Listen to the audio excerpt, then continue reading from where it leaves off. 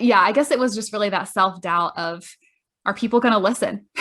Right? That's the big question. Are people going to listen? Are people going to think that it's helpful? And every time that I kind of start thinking, maybe I want to quit, or maybe I want to step back, or even if it kind of starts to come up, I typically get a student who reaches out to me saying, hey, I heard this podcast episode. Like, thank you so much for doing this. Or, hey, I did this thing because you said to step outside of your comfort zone. And I really, want to do that with myself. And I finally did it. Yeah. Those are the things that I keep in my back pocket too, that whenever I get low energy, or I don't feel like doing a podcast today, or whatever it is, I remember each of those students who have reached out to me, and I'm like, hell yes, I'm doing it for every single one of them, and the Yep. ones that don't ever reach out, because I know I've listened to many podcasts who have helped me in so many ways, and I never reached out to them. You find the few that just mean the most to you. And back just to touch upon your point of, you don't know who's listening.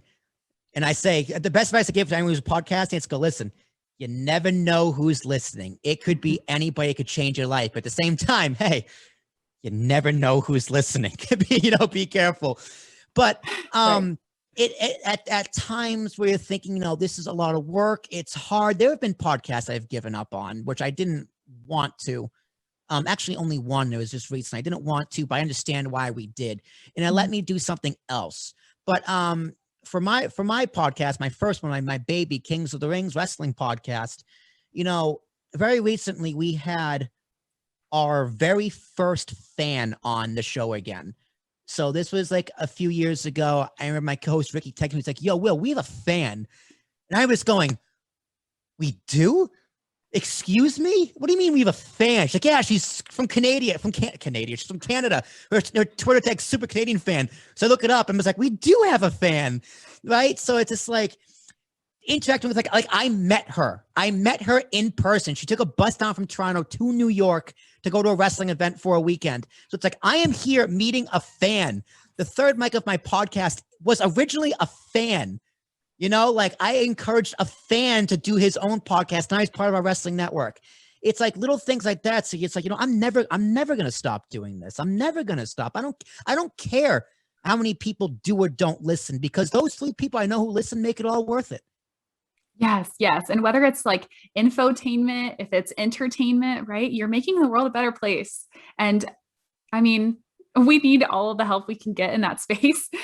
So go for it if you're considering doing a podcast. Yeah. I mean, and growth is always like, whenever I ask someone, what's your biggest challenge you still have today?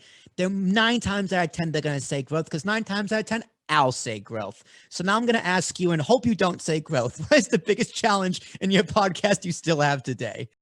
If you want the answer to that question, go subscribe to the full podcast or click the link in the description below to watch the full podcast here on the YouTube. Yeah, I did that again. Sorry. Hey, man. Gotta try to do what you gotta do to get people to watch your shit. So watch it. Just watch it.